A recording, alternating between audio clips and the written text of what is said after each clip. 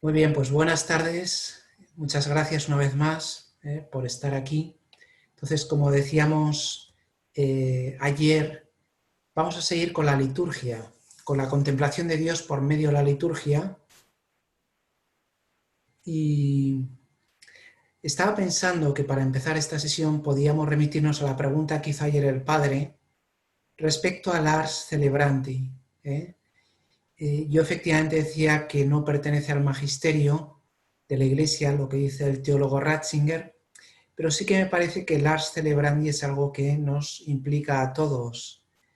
De hecho, me estaba acordando también una cosa que decía Ratzinger, de que en el mundo actual, en este mundo posmoderno y algo esteticista en el cual vivimos, la belleza de la celebración, la belleza del arte cristiano, la belleza de la vida de los santos, también la vida de los santos nos atrae por su belleza, ¿no? Pues estos testimonios de belleza constituyen el mejor argumento en este mundo posmoderno y algo esteticista. O sea que ahí tendría que hacer una matización de lo que dije ayer, ¿no? O sea, la belleza de la celebración del arte cristiano y de la vida de los santos constituyen el mejor argumento en este mundo posmoderno y algo esteticista. O sea que ahí les quiero ver a ustedes y nada, y espero que esto puede ser, digamos, el pórtico de entrada para el tema que tenemos que ver ahora, ¿no? Habíamos visto la centralidad e importancia en la vida de la Iglesia a la liturgia, especialmente celebrada como memorial de la Pascua del Señor. Y ahora hemos de alcanzar una visión amplia y abierta de lo que supone la celebración para poder evitar así toda interpretación unilateral y monista, por ejemplo, el concepto de la actuosa participatio, es decir, de la participación activa de todos los fieles en la celebración.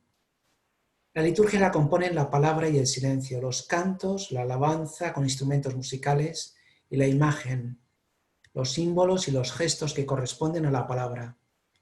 Se requiere una comprensión profunda de la participación activa de todos los fieles y de la misma liturgia que hunda sus propias raíces en la comprensión dogmática del misterio eucarístico, tal como intenta realizar Ratzinger en sus desarrollos litúrgicos sacramentarios y que intentaremos exponer en esta sesión.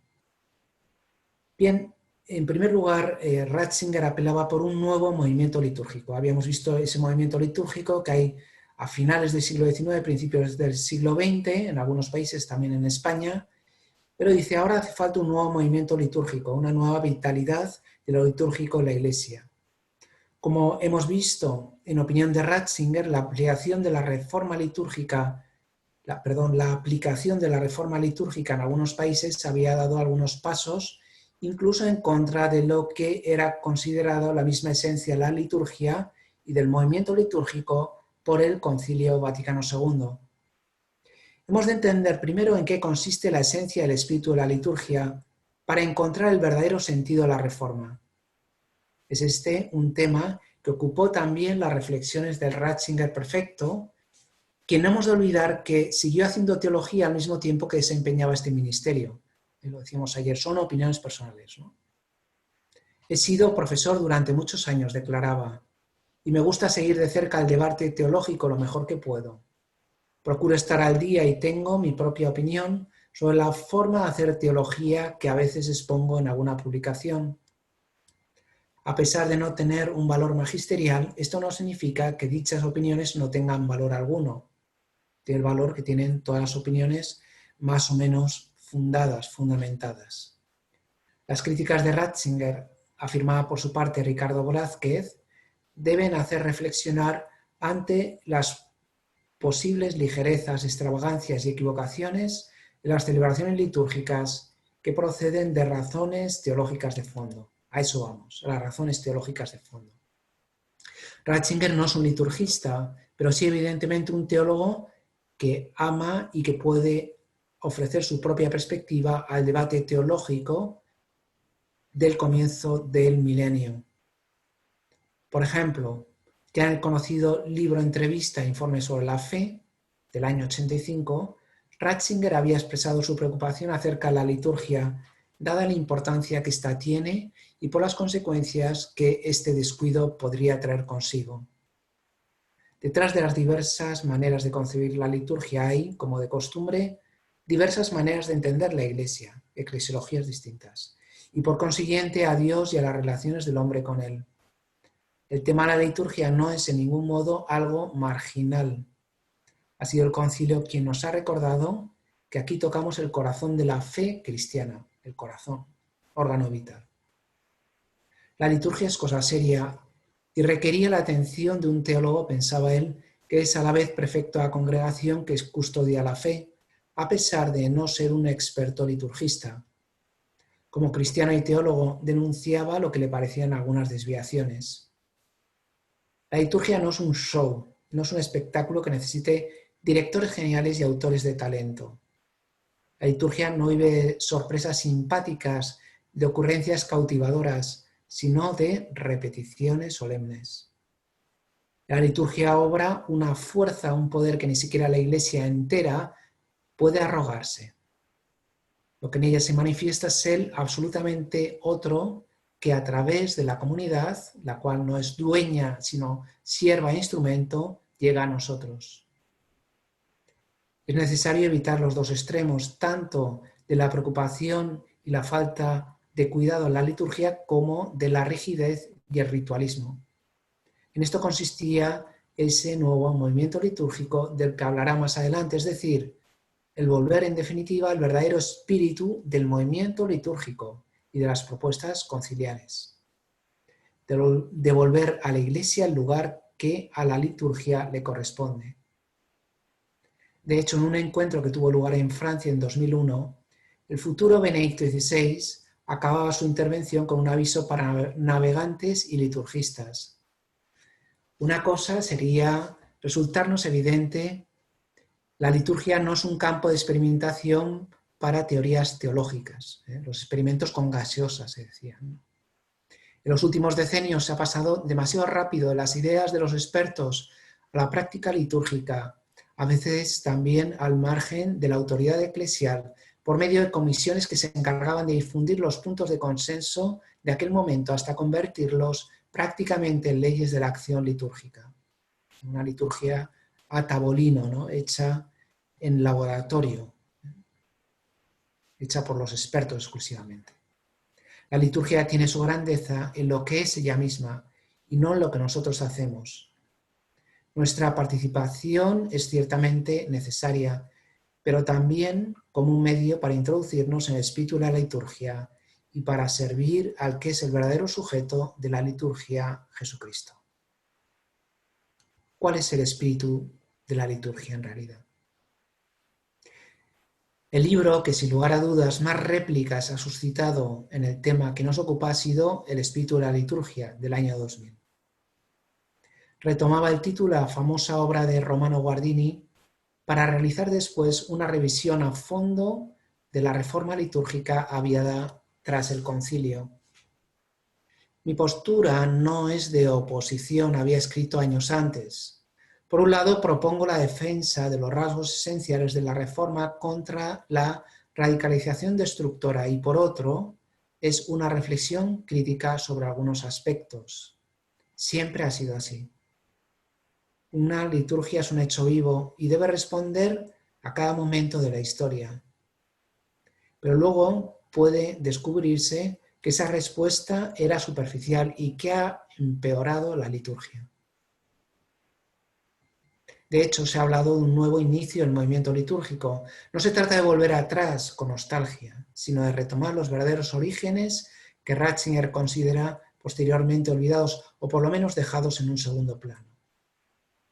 Al igual que Guardini, tampoco yo pretendo ofrecer investigaciones o discusiones científicas, sino una ayuda para la comprensión de la fe y a su adecuada celebración en la liturgia, que es su forma central de expresión. Si el libro pudiese impulsar algo así como un movimiento litúrgico, un movimiento hacia la liturgia que lleve una celebración adecuada de esta, tanto interna como externamente, se colmaría con creces el deseo que me ha movido a realizar este trabajo. Y por lo tanto, Lo que él nos va a ofrecer es una teología litúrgica, no una teoría o una prescripción litúrgica, sino una profundización teológica en lo que es y supone la liturgia en la vida de la Iglesia. Al mismo tiempo ofrece una reflexión sobre la naturaleza y el fin de la liturgia. La primera parte del libro se titula La esencia de la liturgia y se ocupa de la dimensión cósmica antropológica, ayer el padre hablaba de esto, ¿no? e histórica de esta. Sería este el primer círculo en el que se mueve este libro. Esto está sacado de la introducción a la edición coreana del Espíritu de la Liturgia, donde establece 3 círculos para la comprensión de su libro, ¿no? Para definir la esencia de la liturgia, Ratzinger utilizaba el lenguaje alegórico de los padres. Recordaba, por ejemplo, a San Agustín, quien afirmaba que en contraposición a la vida presente, la liturgia no estaba entretejida de exigencia y necesidad, sino por la libertad del don y de la ofrenda. La Eucaristía no es un premio, como a veces algunos proponen. La Iglesia es un don inmerecido. La Eucaristía es un don inmerecido, perdón. Y por lo tanto, nunca haremos suficiente para merecerla. No es algo que me corresponde y digo, que me den aquí la Eucaristía. No. Tenemos que tratarla como un don infinito e inmerecido. Esta consistiría, por tanto, en el despertar dentro de nosotros de una verdadera existencia, la apertura a esa prometida grandeza que no termina de cumplirse del todo en la vida. De este modo, la liturgia imprimiría también a la vida cotidiana aparentemente real el signo de la libertad, rompería las ataduras y haría irrumpir el cielo en la tierra. Esta es la definición que Ratzinger y otros autores, empezando por Peterson o Scott Hahn, dan, o lo habíamos visto los legados del príncipe Vladimir de Kiev, ¿no? Aquello era el cielo en la tierra, es la Eucaristía. Un trocito de cielo del cual participamos ahora, quizá de un modo pálido y tenue, pero real. El cielo en la tierra, la liturgia de todos los días nos llevaría a participar ya en la tierra de la liturgia a la Jerusalén celestial. Los elementos cósmicos e históricos se fundirán con lo divino por medio de la liturgia. Así era recordada en estas páginas la dimensión a la vez cósmica, antropológica, histórica, escatológica, que nos permitirá salir de este modo para volver de nuevo a Él, una vez hayamos sido transformados por la misma gracia contenida en la acción litúrgica. Por eso esta tiene que ser siempre algo que sea éxodo y regreso al mismo tiempo. La liturgia tendría que ver así con la misma teología de la creación. Esta dimensión cósmica de la celebración litúrgica tiene que ver con el concepto de culto. No es propter deum, sino propter nos nostram salutem. De aquí extrae Ratzinger sus propias consecuencias. La adoración y la forma correcta del culto de relación con Dios configura la existencia humana en este mundo. Y esto es así por el hecho de ir más allá de la vida cotidiana. Nos hace partícipes del mundo de Dios, de la forma de la existencia en el cielo, y hace irrumpir la luz del mundo divino en nuestro mundo. En este sentido, el culto tiene su carácter de anticipación, esto es, augura una vida más definitiva y precisamente por esto proporciona su medida en la vida presente. Es decir, la celebración eucarística conecta con la creación, y podríamos decir que la celebración eucarística es el acto más ecológico que podemos hacer. Sí, porque renueva la creación, la Eucaristía. La Eucaristía de la creación de la cual hablan los orientales.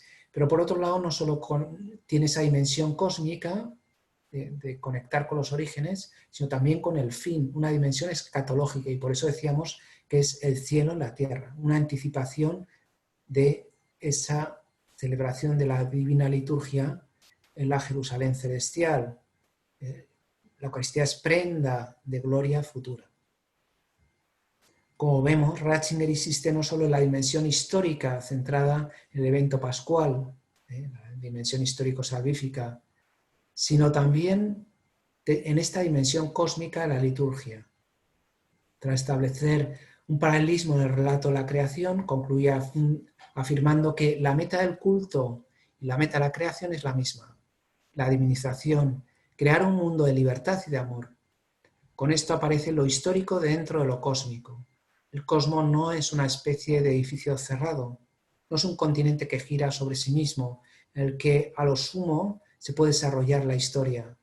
El cosmos mismo es movimiento que parte de un principio y se dirige a una meta. En cierto modo, él mismo es historia. Me estaba acordando ahora de que vi el sagrario que tienen en la iglesia de Jovajuta. No sé si se acordarán, la iglesia de Jovajuta es aquella que Karol Wojtyła, después San Juan Pablo II, luchó porque las autoridades comunistas la destruían y los obreros la volvían a construir, etcétera, etcétera. Al final se construyó esa parroquia y en esa parroquia hay un sagrario que es un globo terráqueo. Y en el centro está la Eucaristía, como diciendo, la Eucaristía es el centro del cosmos, del mundo, renueva el mundo. Dios, el mundo y la historia se entrelazan también en la liturgia, así como el cielo y tierra, espacio, tiempo y eternidad confluyen en torno al misterio eucarístico. Cosmos e historia, soteriología y teología de la creación han de estar ambas contenidas en la celebración litúrgica. Como hemos visto, proponía allí semejanzas con el relato del alejamiento del ser humano a Dios y de su nuevo acercamiento de éste hacia el ser humano. Tras el éxitus de Dios hacia los hombres, el mundo y la historia, viene el retorno a la divinidad, hacia sí misma, el reditus. En esto consiste la celebración litúrgica, exitus reditus, catábasis anábasis, abajamiento y elevación, venir de y volver al Padre. Es lo que hace el Hijo al dirigirse a toda la humanidad. Los padres lo vieron expresado, recordaba ahí, en la parábola de la oveja perdida. Esta oveja que está enredada en unas zarzas y no encuentra el camino de vuelta es para ellos la imagen del hombre.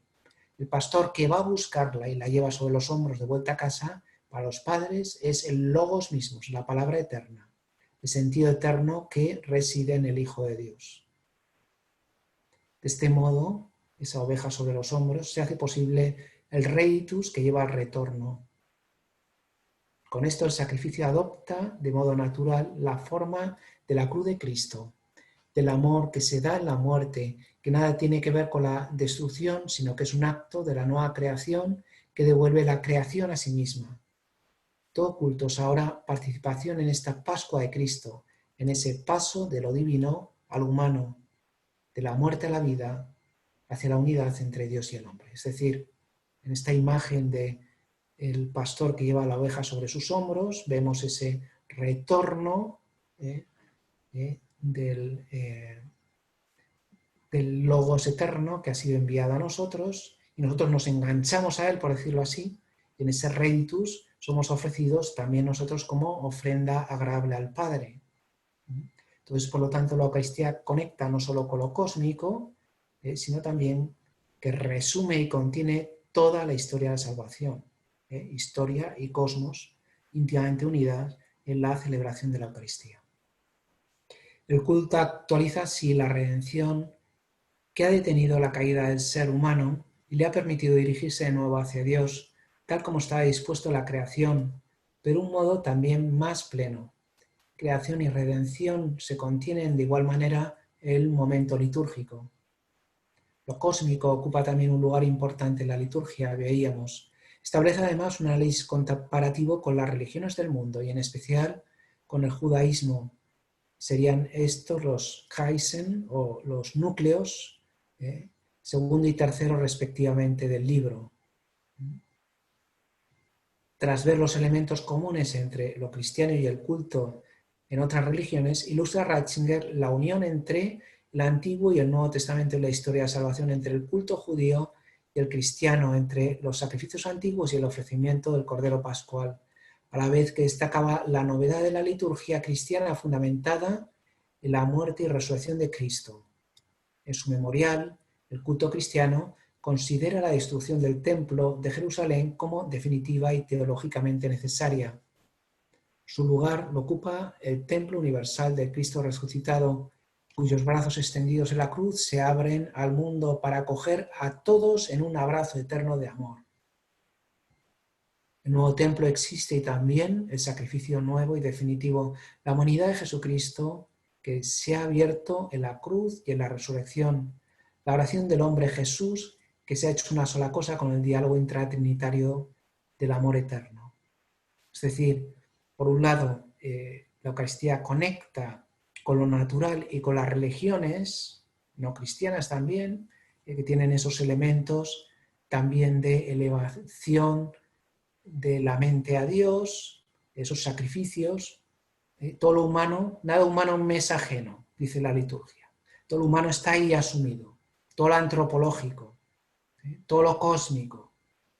Pero por otro lado, tiene esa dimensión histórica salvífica en cuyo centro y cumbre está la cruz y la resurrección. Por lo tanto, tiene esa índole profundamente cristiana. Al mismo tiempo destaca esa continuidad entre Antiguo y Nuevo Testamento, entre Antigua y Nueva Alianza, entre los antiguos sacrificios y el único y verdadero sacrificio del Hijo ofrecido al Padre en el Espíritu. A través de la Eucaristía, seguía diciendo, Jesús introduce a los hombres en esta oración que es puerta siempre abierta de la adoración y del sacrificio verdadero, del sacrificio de la nueva alianza, del culto espiritual. Por eso las iglesias cristianas serán la plenitud del templo, del sacrificio y de la sinagoga, donde se proclama la palabra. Para Ratzinger resulta importante esta unión entre antigua y nueva alianza, entre palabra y sacrificio, a la vez que reconoce la fundamentación antropológica del culto cristiano, en paralelismo también con otras religiones. De igual manera, el culto cristiano implica universalidad. Es el culto del cielo abierto, dirá. Jamás es tan solo un acontecimiento de una comunidad que se encuentra en un lugar determinado. Celebrar la Eucaristía significa más bien introducirse la adoración a Dios que abarca cielo y tierra y que se ha abierto mediante la cruz y la resurrección. Es un acto cósmico, global, total. Y por eso es el cielo y la tierra, como se expresaba muy bien en las iglesias bizantinas, donde en las bóvedas se representaba el cielo, o las glorias de las iglesias barrocas, donde se representa también el cielo con esas nubes, con la Trinidad, nuestra Madre, los santos, los ángeles, para expresar que lo que se celebra en esa iglesia está en directa conexión con la celebración de la liturgia celestial, el cielo y la tierra. La liturgia cristiana nunca es la iniciativa de un grupo determinado, de un círculo concreto, e incluso de una iglesia local. La humanidad sale al encuentro de Cristo, se encuentra con Cristo que sale a su vez a su encuentro. Cuando celebra un sacerdote, aunque sea tan solo ayudado por un monaguillo, celebra toda la iglesia. Está actualizando la redención y renovando la creación. Cristo se encuentra de este modo en el origen, el centro y la cumbre de la celebración. Las consecuencias de todo este desarrollo teórico resultan así claras para el cardenal Ratzinger. De ahí habrá que considerar el aspecto paulino de la logique latreia, del culto espiritual, como la fórmula más adecuada para expresar la forma esencial de la liturgia cristiana. La liturgia será el culto conforme al logos, en el que se combinan no solo lo emocional, sino también lo racional, lo espiritual y sobre todo lo cristológico y logocéntrico.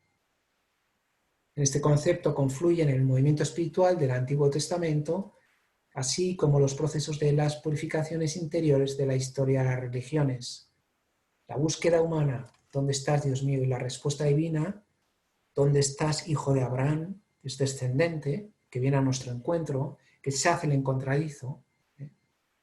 Y el logos de la creación, el logos del hombre, se encuentra en el logos con mayúscula, hecho hombre, en el Hijo de Dios encarnado. Si la palabra Eucaristía hace referencia a la adoración, es decir, a la forma universal de la adoración que tiene lugar en la encarnación, la cruz y la resurrección de Cristo, sí que puede servir como idea síntesis la logique latreia, y por ello puede servir esta como una acertada definición de la liturgia cristiana. Creación, redención, adoración y celebración se encontrarían unidas por medio del logos y de la logi que la traía. En fin, en un encuentro que tuvo lugar en la abadía benedictina de Notre-Dame de Fontainebleau, en Bourges, en Francia, en julio del año 2001, el cardenal Ratzinger volvía a exponer sus ideas teológicas tras el intenso debate propiciado por su último libro sobre la liturgia. Voy a utilizar aquí el pasaje de Marta y María. Allí hacía referencia a la discusión en torno al aspecto sacrificial de la misa, el que influye, además de las ideas de Lutero y los ilustrados, las viejas posturas del siglo de las luces, su acusación de magia y paganismo, la oposición entre culto y ministerio de la palabra, rito y ethos, y la concepción del cristianismo como liberado del culto e integrado en el mundo profano. Diciendo, bueno, la liturgia pertenece al mundo de las viejas supersticiones ya felizmente superadas, típico complejo de superioridad ilustrado, ¿no? Típico prejuicio ilustrado. Rehuyendo toda fácil polémica y dialécticas empobrecedoras, el cardenal Ratzinger sentaba las bases al recordar la necesidad de acudir a los textos bíblicos dentro del marco interpretativo que ofrece la tradición y la misma Iglesia. De esta manera volvía a hacer mención de la dimensión sacrificial y expiatoria de la Pascua judía expuesta en el libro del Éxodo, los capítulos 12 y 14. Frente a ciertos ataques que se habían dirigido contra la reforma litúrgica, a la que acusaban de olvidarse de la dimensión sacrificial de la liturgia eucarística, Ratzinger salía al paso y añadía de modo concluyente con una imagen que no resulta familiar. La teología de la Pascua es una teología de la redención, una liturgia del sacrificio expiatorio. El pastor se ha convertido en cordero. La visión del carnero, que se remite a la historia de Isaac enredado en las zarzas y que redime al hijo, se ha convertido en una gran verdad. El Señor se ha hecho víctima. Él se deja apresar y sacrificar para redimirnos a nosotros. La dimensión sacrificial ha de estar íntimamente unida a la concepción de la Eucaristía como cena, comida y fiesta de la resurrección, decíamos. La conclusión se muestra pues clara en este sentido. La nueva Pascua cristiana resulta sin duda interpretada en los relatos de la cena como un acontecimiento sacrificial y basándose en las palabras de la cena, la Iglesia naciente supo que la cruz era un sacrificio, pues la cena sería un gesto vacío sin la realidad de la cruz y la resurrección que ha sido anticipado y ofrecido de un modo asequible en su contenido interior de todos los tiempos. Es decir, la Eucaristía no es otra cosa que el banquete que siga un sacrificio. Igual podríamos decir nosotros, ¿no? Para poder tomar un banquete hace falta una víctima, hace falta un sacrificio. Bueno, pues efectivamente Cristo se implica realmente en ese sacrificio al morir en la cruz y resucitar al tercer día, ¿no? Y aquí podríamos evocar el concepto de memorial que reconcilió con esas críticas luteranas al concepto de sacrificio, donde el concepto de memorial lo que hace es traer al presente lo que había ocurrido en el pasado. Y por eso la celebración sacramental y especialmente la celebración eucarística es el memorial de la Pascua del Señor. Es decir, trae al presente todo el misterio pascual, todos los frutos de la redención, de la cruz y la resurrección de nuestro Señor. Por otra parte, es necesario recordar que el amor está en el centro del sacrificio, en el centro de la cruz, tal como evocó ya San Agustín. Lo que une la cena con la cruz y la resurrección es precisamente ese acto infinito de entrega. El resultado de esa entrega y de esa suprema donación Es una transformación, una conformación del hombre a Dios por medio de la theosis, como dirían los padres. El resultado de esa entrega y esa donación es nuestra divinización. Aquí suelo evocar el gesto que hacen en los bautizos orientales, donde el pope, después de bendecir al niño y de darle la confirmación, porque no es el obispo, sino que es el presbítero, y de darle la comunión al bebé, ¿sí? Le da la comunión, lógicamente bajo la forma de sándwich, del vino, puesto que es un lactante. Y después el pope toma a ese niño que está divinizado, porque es sagrario de la Trinidad, y bendice a la asamblea. El resultado de esa entrega de Jesucristo en la cruz, en la resurrección y por lo tanto en la Eucaristía, es nuestra divinización. El Hijo de Dios se hace hombre para que el Hijo del Hombre se haga Hijo de Dios. Somos divinizados, endiosados. Este consiste, por decirlo en términos modernos, en la abolición de la diferencia, esa elevación, ¿no? En la unión entre Dios y el hombre, entre Dios y la creación, Dios todo en todos, en palabras de 1 Corintios. Entonces se obra la santificación del cristiano, pero esa unión no implica, sin embargo, una renuncia a lo finito y material, sino a su transformación y santificación. Todo esto es el resultado de la grandeza de un Dios que se nos da en la Eucaristía. Más adelante se volvía a referir Ratzinger a la adoración y a la logike, la treía, el culto conforme al logos, como núcleos esenciales de nuestra actitud frente a la liturgia, lo cual, insistía, no supone reducir el cristianismo a moralismo, pues ambos, palabra y sacrificio, están íntimamente entrelazados, a la vez que nos llevan a la unión con Dios. Vida, culto y acción divina se presentan así íntimamente unidos en la celebración litúrgica. Hay verdadero sacrificio que nos transforma a todos en sacrificio, es decir, que nos une a Dios y hace de nosotros seres conformados con Dios, configurados con Dios, identificados con Cristo, al estar fundamentado sin duda alguna en el evento histórico. Sin embargo, no se constituye como algo acontecido en el pasado, por el contrario, él se hace contemporáneo y cercano a nosotros por medio de la comunidad de la Iglesia creyente y orante, por medio del sacramento. Y aquí lo que significa el sacrificio de la misa. Cristo se abaja, se hace como nosotros, se nos entrega a la Eucaristía para que nosotros seamos aupados, elevados, y por eso ese abajamiento supone un sacrificio. Es el memorial de la Pascua del Señor. Sin embargo, el cardenal, que 4 años después iba a ser elegido papa, quería acabar su intervención en esa abadía francesa de un modo concreto, a centrarse en Cristo como sujeto de la liturgia. Volvía entonces a su teología del logos. Teología de la liturgia no significa otra cosa que el logos mismos nos habla. Pero no solamente nos habla, sino que Él viene con su cuerpo y su alma, su carne y su sangre, su divinidad y su humanidad, para unirnos a Él y hacernos un solo cuerpo.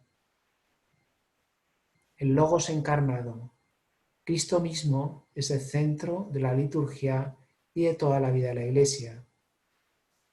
La prioridad de la acción de Dios y de la adoración de la acción litúrgica constituyen puntos de partida irrenunciables de toda la teología de la liturgia, según Ratzinger.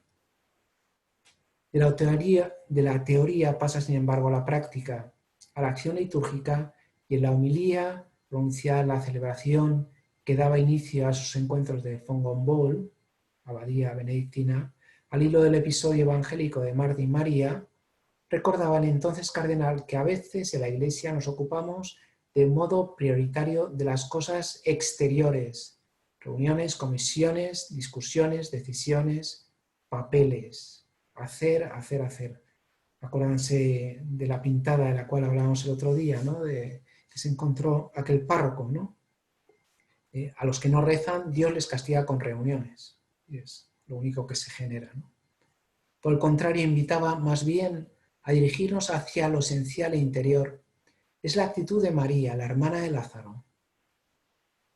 Si la liturgia no tiene la dimensión de María, la dimensión contemplativa, de estar sin más sentados a los pies del Señor, falta lo esencial. Y Marta agobiada, zacanada, agobiada, estresada.